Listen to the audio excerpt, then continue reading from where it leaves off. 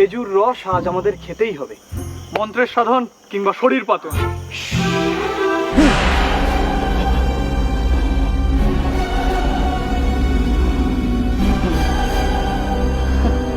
তা বলে বিষের ভয়ে অমৃত নেব না?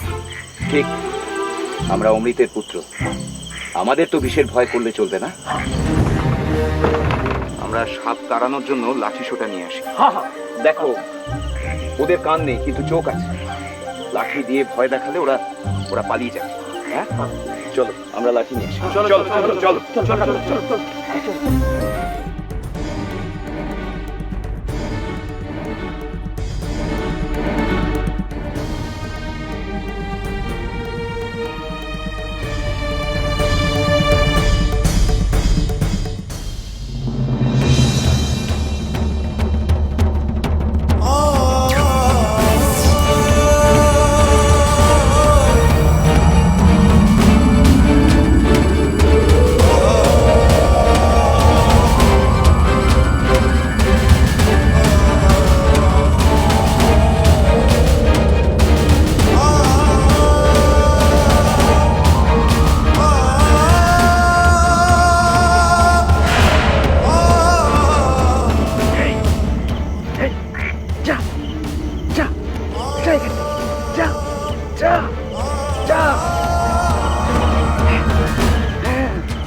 আর আসবি নি, আর এখানে আসবি নি।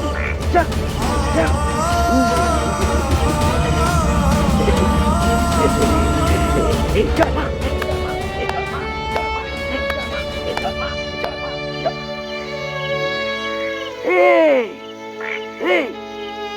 তোরা এখানে আয় না, এখানে আয়, এখানে আর বিপদ নাই।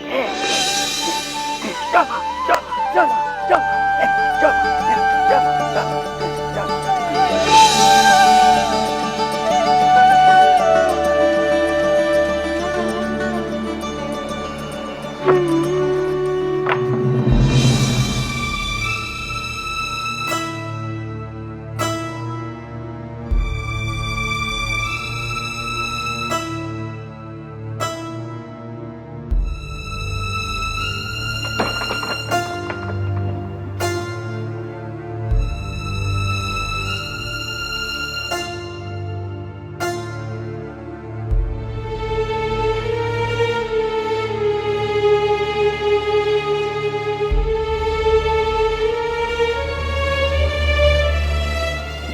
তুমি কি কিছু দেখেছো?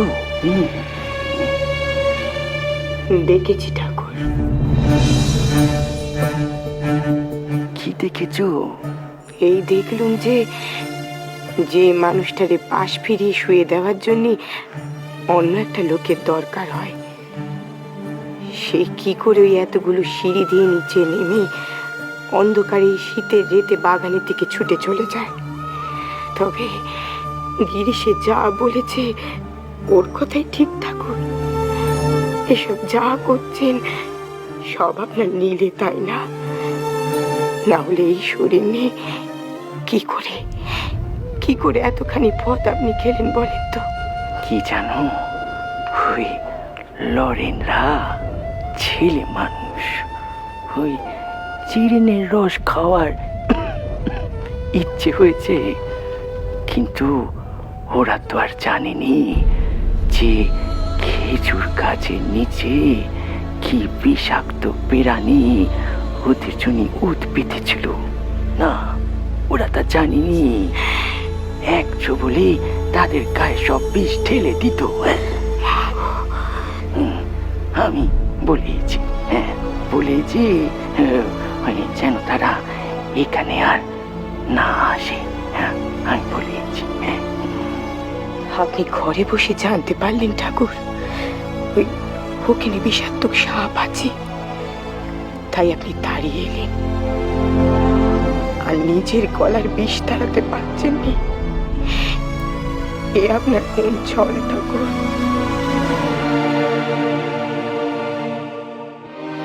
রামলখুড়ি, যা দেখলে কাউরে তা কখনো বলুনি কিন্তু, কেমন? না ঠাকুর,